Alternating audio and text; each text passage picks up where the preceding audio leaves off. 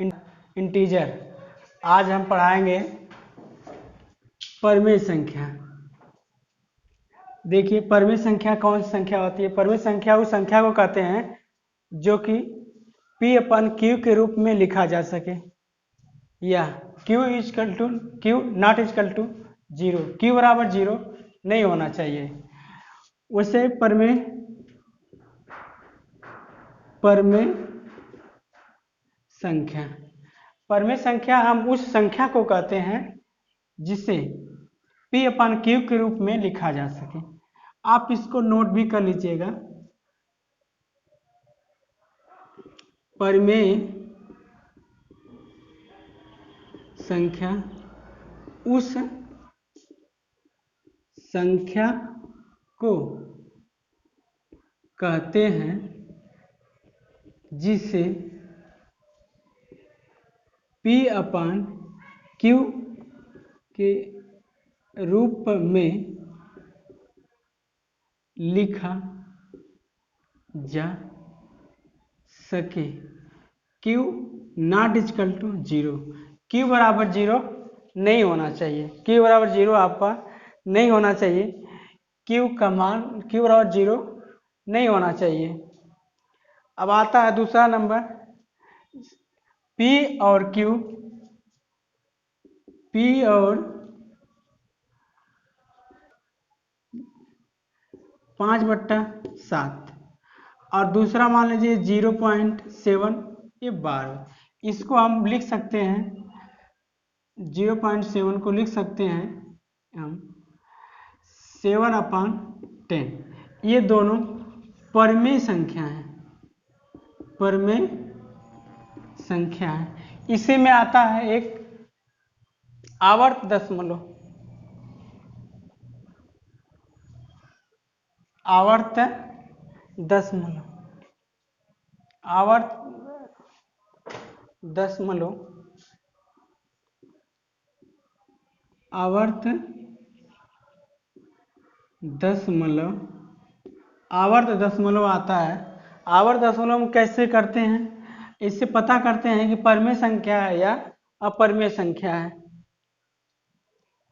लिखते हैं, देखिए लिख देते हैं, ये 7 7 7 7, इसको हम इसका हो जाता है ये 0.7 बार, यानी इसको लिख सकते हैं 7/9।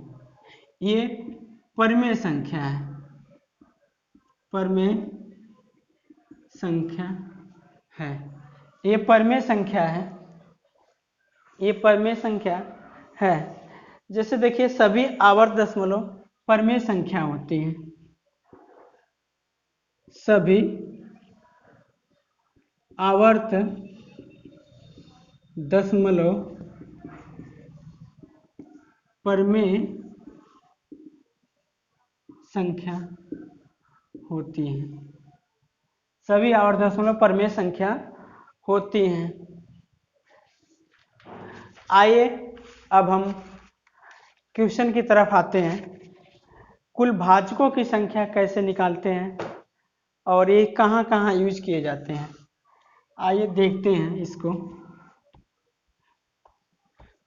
कुल भाजकों की संख्या, आप हेडिंग डालना पड़ता है, कुल भाजकों की संख्या।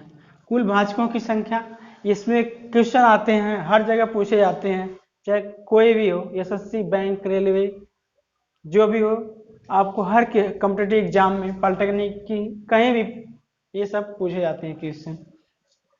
ये नॉर्मल क्वेश्चन है और अच्छे क्वेश्चन है।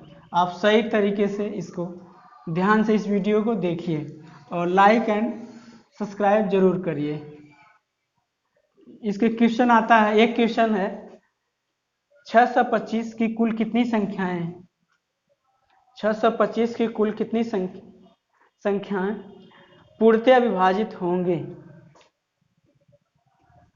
625 कुल कितनी संख्याओं से पूर्णतया विभाजित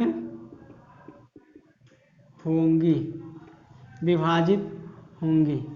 इसके हम क्या करते हैं, सबसे पहले इसका गुणनखंड करते हैं। जैसे 625 आ गया, 625 का हम गुणनखंड करेंगे। ऐसे गुणनखंड करेंगे 25 गुणे 25 कर देंगे, 625 होता है।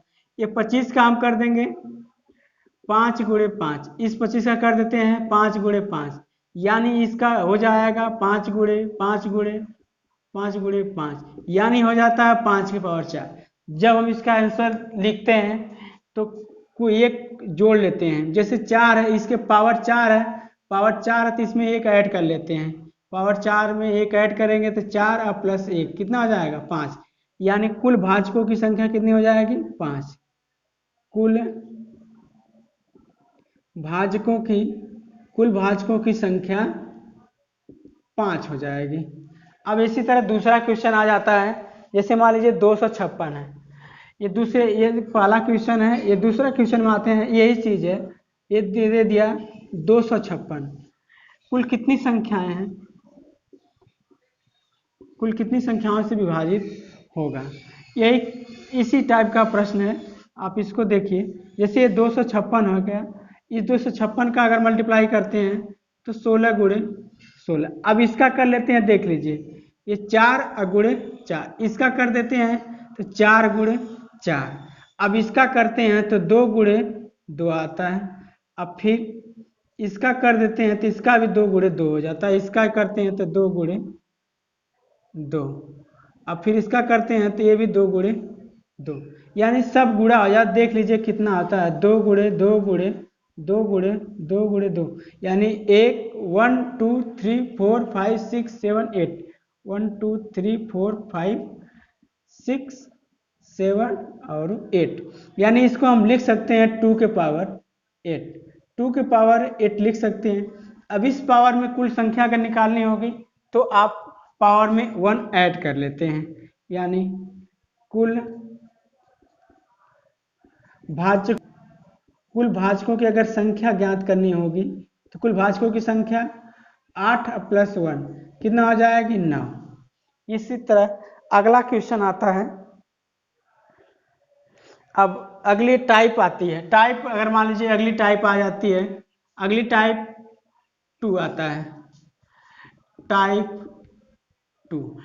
2 में क्या है, थोड़ा सा अंतर है, इसके अलग अलग वर्ड रहेंगे। जैसे मान लीजिए अगला क्वेश्चन आता है 324 कुल कितनी संख्याओं से पूर्णतः विभाजित हो जाएगा। जैसे मान लीजिए 324 है, 324 का आ रहा है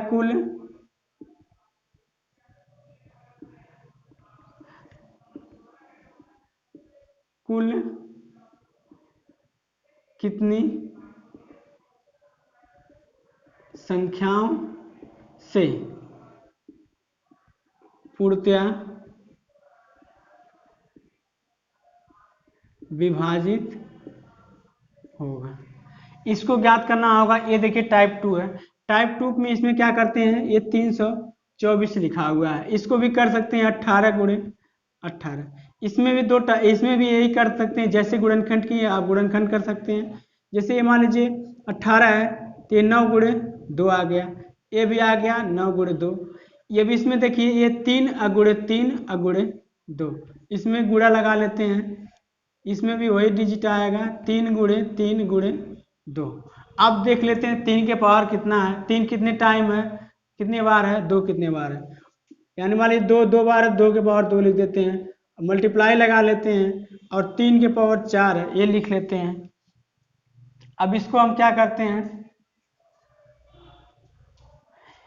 अब देखिए पावर में 1 ऐड, इसमें क्या होता है एक अलग थोड़ा सा, इसके पावर में एक ऐड करके मल्टीप्लाई कर लेते हैं। ये 2 है प्लस 1 ऐड कर लेंगे, यहाँ है 4 है और यहाँ एक ऐड कर लेंगे तो हो जाएगा।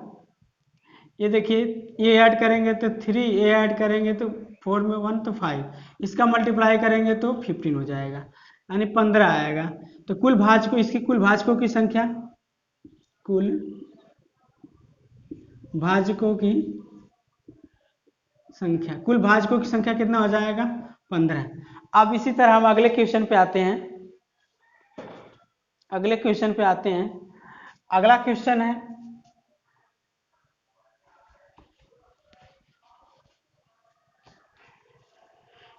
अगला क्वेश्चन है 300 कुल कितनी संख्याओं से पूर्णतः विभाजित होगा। अब यही अगला क्वेश्चन देख लीजिए। 300 कुल कितनी संख्याओं से पूर्णतया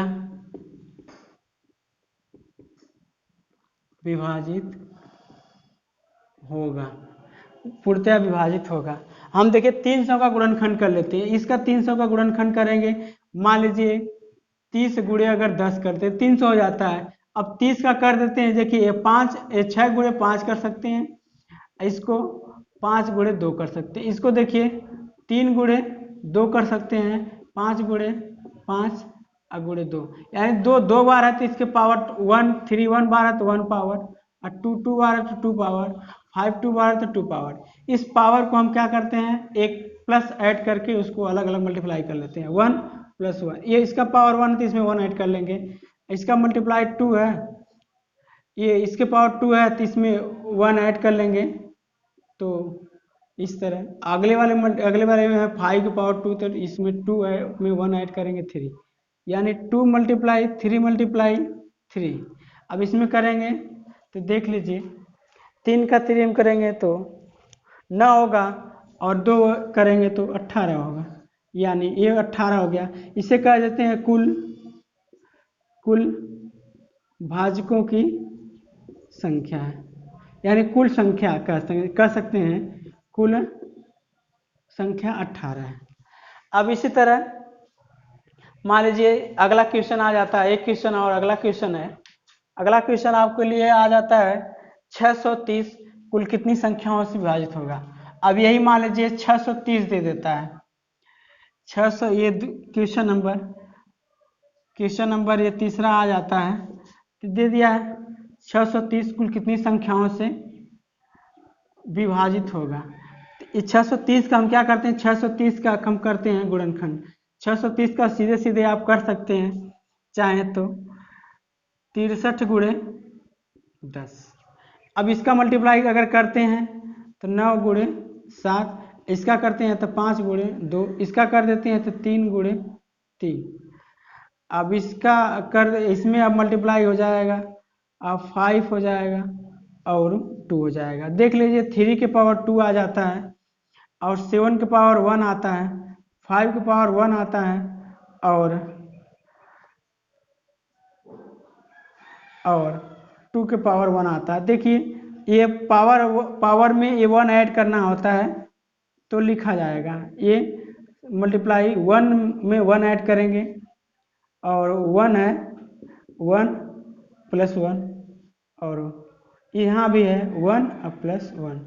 देख लीजिए 3 2, ये 2 और 2 8 हो गया। ये देखिए 2 + 1, देख लीजिए 3 2, ये 2 और 2 8 हो गया। ये देखिए 2 3 जा 8 मल्टीप्लाई 3, तो मान लीजिए ये कितना हो जाएगा 24।